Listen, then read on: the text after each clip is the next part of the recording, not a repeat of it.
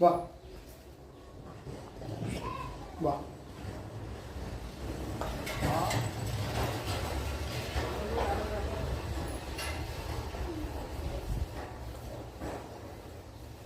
ನಮಸ್ಕಾರ ಆತ್ಮೀಯರೇ. ಇದು ದಿನಾಲು ನಮ್ಮ ಮನೆಗೆ ಎಂಟ್ರಿ ಕೊಡ್ತದೆ ಬಸವ. ತುಂಬ ಚೆನ್ನಾಗಿದ್ದಾನೆ, ಆದರೆ ಅವನು ಯಾರಿಗೂ ತೊಂದರೆ ಮಾಡಲ್ಲ.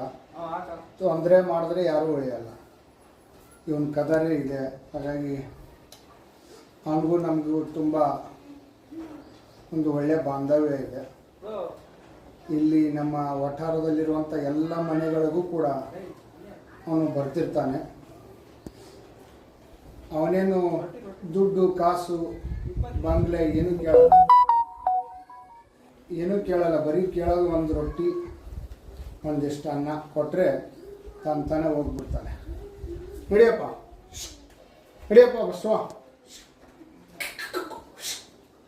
ನಡಿ. ರೈಟ್ ನೋಡಿ ಹೆಂಗೆ ತಿರುಗ್ತಾನೆ ಈಗ. ನಡಿಯೋ ನಡಿಯೋ ನಡಿ.